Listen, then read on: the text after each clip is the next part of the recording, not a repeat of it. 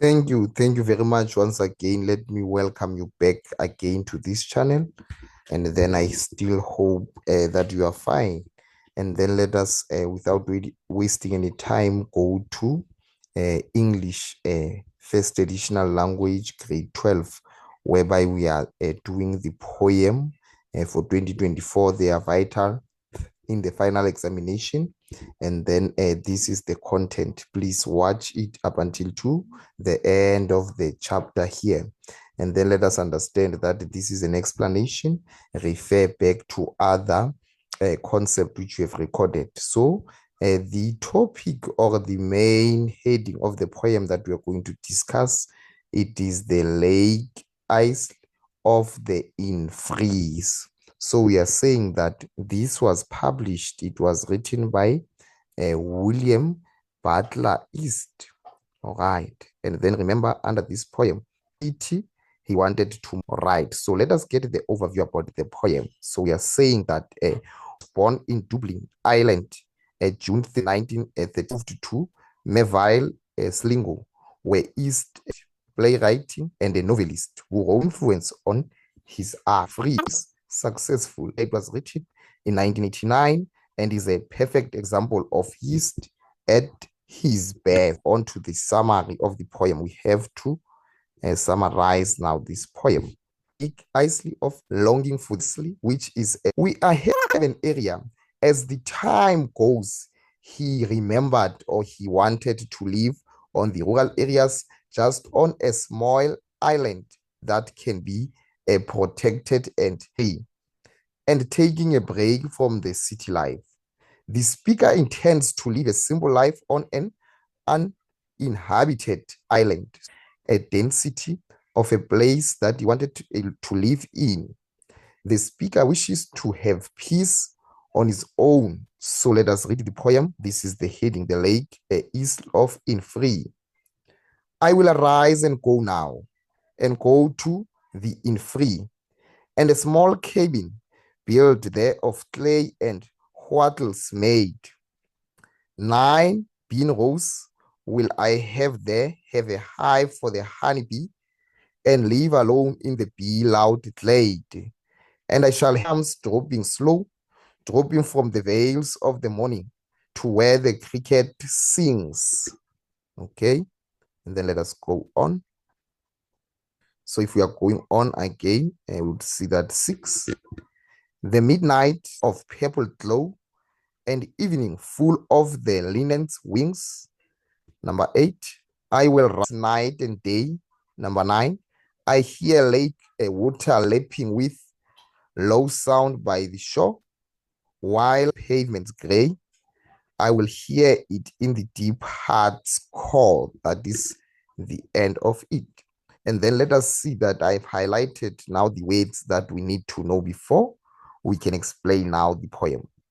So these are the words. Number 1, arise. So you can see that there's a repetition of arise in the poem. So that emphasizes to stand up or to get up. And innsfree, it is an uninhabited island with the large gill in island near which he used, so he reminisces this place. And we've got the cabin. It is a small wooden shelter or the house of a wild or a remote area. Then we have a clay. We are saying this is a stiff, sticky, fine-grained earth that can be molded when wet and leaks or to portray. Then we've got the wattles. These are the materials for making fences or walls, consisting of rods or stakes or the interlaced with strings of the branch. This is the place, or this is the shelter that he wants. Very simple. So the hive, it is the structure that provide a natural habitat for bees, like a hollow tree. So he wants the bees, he only wants the noise of the bees and to have the proper shelter. And we've got the glade. It is an open space with grass in the wood or the forest. And then we have the veils. These are things that serve to cover or to conceal or to disguise. And then which is to hide. So we are saying the cricket This is an insect related to the grasshopper, but with short legs. And then we've got the linnet. We are saying a mainly burrow and gray finch, seeding eat birds with the reddish breast and the forehead. So those were the words. If we are moving to number 2, we go to now the type of the poem. And number 3, the analysis. So we are saying that the poem consists of 12 lines. It is divided into 3 quatrains. So there's a rhyme that is taking place, and the rhyme scheme is A, B, C, D, C, D, E, F, E, F. All right. So we go even to the poem. You would see that these are the rhyming couplet of this poem. All right. That we've got to go on to stanza 1, where we are explaining really the poem. And remember that in stanza 1, we are saying that the speaker highlights his desire to go to innsfree. The agent of the intention is to live. It is emphasized by the way it is repeated to use. The speaker is determined to go to innsfree, where he can rejoice in terms of the peace that he wants. A line introduces his plans. When he's at the island, he wants to erect a tiny cabin at his house. The use of I in the poem, it strengthens the idea of staying alone. So we are sure that he wants to stay alone, and it is evident there in line 4. So we are saying the choice of the building material, this being rose, having a bee's hives, adds to the simplicity of the speaker's ideal lives. And then let us understand that it is ironic indeed that live in a large group of family, a colony, while the speaker desires to live alone. So we are to see that the speaker wants to live alone in a small cabin, free from noise. But what is ironic is that we are to see that he only wants to accept the noise of the bees. That is the contradiction. And then in stanza 2, we are saying that the speaker reveals the benefits of staying in freeze. The main one benefit that we can talk about, it is having peace. The repetition of peace, it emphasizes the idea theme of the poem, which is the central ideology of peace, as he links peace to the morning dew, which will drop from the leaves on the tree to the grass on the ground. Furthermore, the speaker of the day and the extraordinary qualities they possess at the lake of the innsfree. So he was very aware that during the day, there are qualities that can happen, and then even during the night, there are qualities which would happen. And then we can understand that the imagery, it calls up the sequence further to emphasize the importance of daydreaming to the speaker. So that is what he is imagining. So let us understand that in stanza 3, we are having, which he has described the scene on the lake of the Isley, on the innsfree, and he begins to address the real world. Once again, he states he's going to live there for the Isley. The speaker's daydream is clear, causing him to hear the sounds hearing on the island. So we can see that he really wanted to live on this small island, because people that they work when they retire, they need that peace. It seems that the speaker lives in a city, or at least somewhere which are not signs of the nature that he wants. The poem ends on a serious, somber note. The poem as last line refers to the sound of the waves lapping on the shore, that it would be a very deepful and mournful event. The haunting images of the lake Isley of the innsfree are heard in his head, but not in his heart.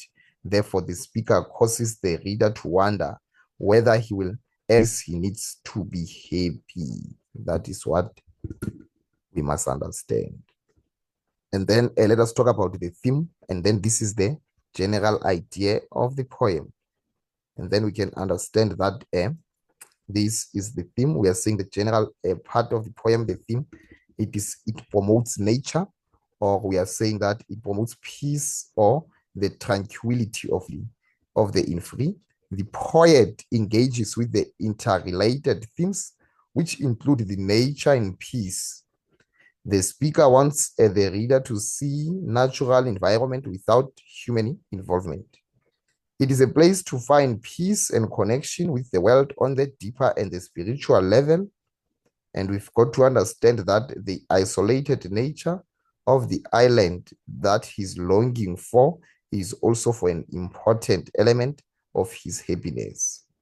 It is an escape from a noisy city life to go to a place that is quiet. That is the theme of the poem. And then number 5, let us talk about the diction, figurative language. Again, we talk about the alliteration.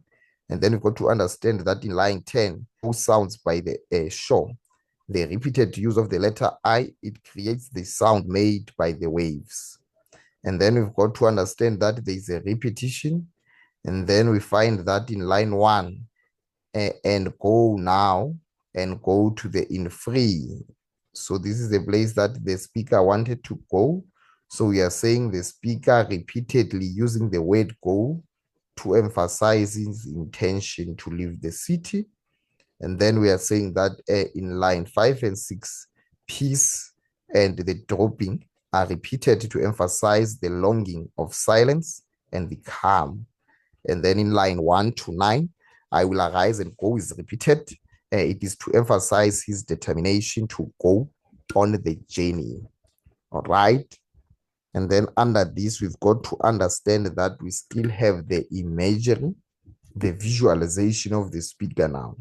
So we are saying the speaker uses visual and auditory words. So is what a visual is what you can see, and auditory are words that are spoken.